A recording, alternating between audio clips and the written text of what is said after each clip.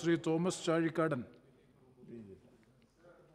Thank you very much for giving me an opportunity to participate in the discussion on the NDPS Amendment Bill 2021. The bill was introduced to amend the NDPS Act 1985 to correct a drafting error. The Act regulates certain operations such as manufacture, transport, and consumption of narcotic drugs and psychotropic substances. The bill amends the section on penalty. Sir, Article 13(2) of the Constitution provides that any law enacted in violation of fundamental rights enshrined in the Constitution are unconstitutional. As per Article 20, which is a fundamental right, there cannot be retrospective operation of a penal provision. Here the bill provides for retrospective operation of a penal provision. The government is trying to pass a law which will not be able to pass the judicial scrutiny. I want to highlight certain aspects relating to drug menace in our country.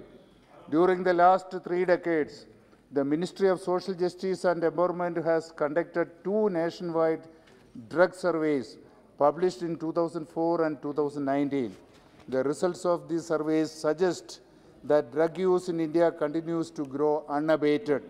More disturbingly, heroin has replaced the natural opioids, opium and poppy husk, as most commonly used opioids.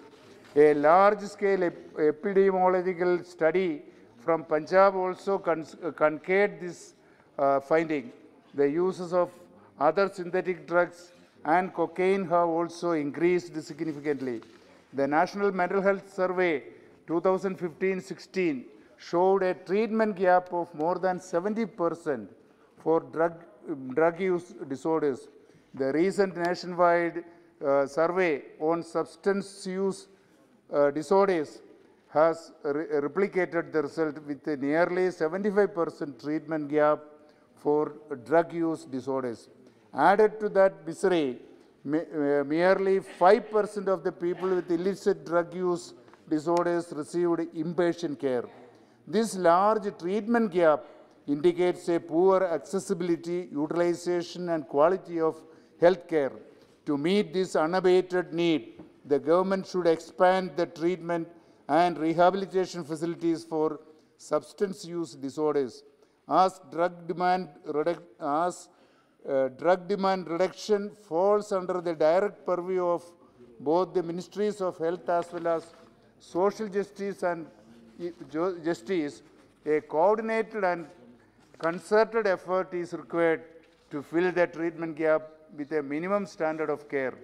Sir, current and future challenges in the supply of reduction lie in the earlier detection and scheduling of new psychoactive substances.